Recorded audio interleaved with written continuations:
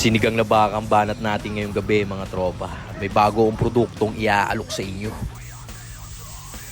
Kaya wag na natin patagalin tong trip na to. Simulan ko na sa pagsisibak ng luya, bawang, sibuyas, kamatis. Magbalat at maghiwa na din tayo ng gabi at labanos. Tas himay na rin tayo ng kangkong dito mga tol. Tas set aside muna. Tas ito naman 3/4 kilo na baka. Sinipak-sibak ko lang ng pa-cube size yan. Tas set aside. At mga tol, may bago akong produktong ilalapag sa'yo. Ito ang Top Mama 3 liters pressure cooker. Napakabisang gamit pag trip mo magluto ng may sabaw tol. Tas yan, ednis tayo ng kalan at mag-isa na tayo ng sibuyas. Sunod natin tong luya at bawang. Konting gisa, hulog na rin natin tong baka, tas halo-halo lang ng konti. Sunod na natin ihulog tong kamatis, tas tong gabi mga tol para lumambot na. Saka ko pinatisan at kinubigan at nung kumulo, kunin na natin yung mga unnecessary shit na lumulutang sa ating may sabaw.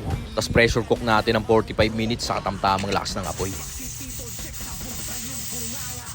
Hiwa na rin ako ng sili at kalamansi rito, tas rekta mangkok, saka natin patisan. Tas balik tayo dito after 45 minutes, malambot na yan. Saka natin hulog tong labanos at siling berde. Sunod ko na din tong sinigang sa gabi na powder. Tas pakuluan pa natin ng another 15 minutes sa mahinang apoy.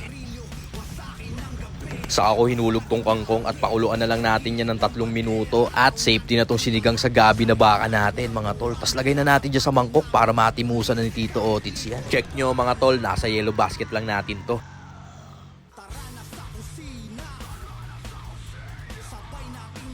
Tikman na natin mga tol. Ito lang oh, tas gulay. Yan. Yun oh.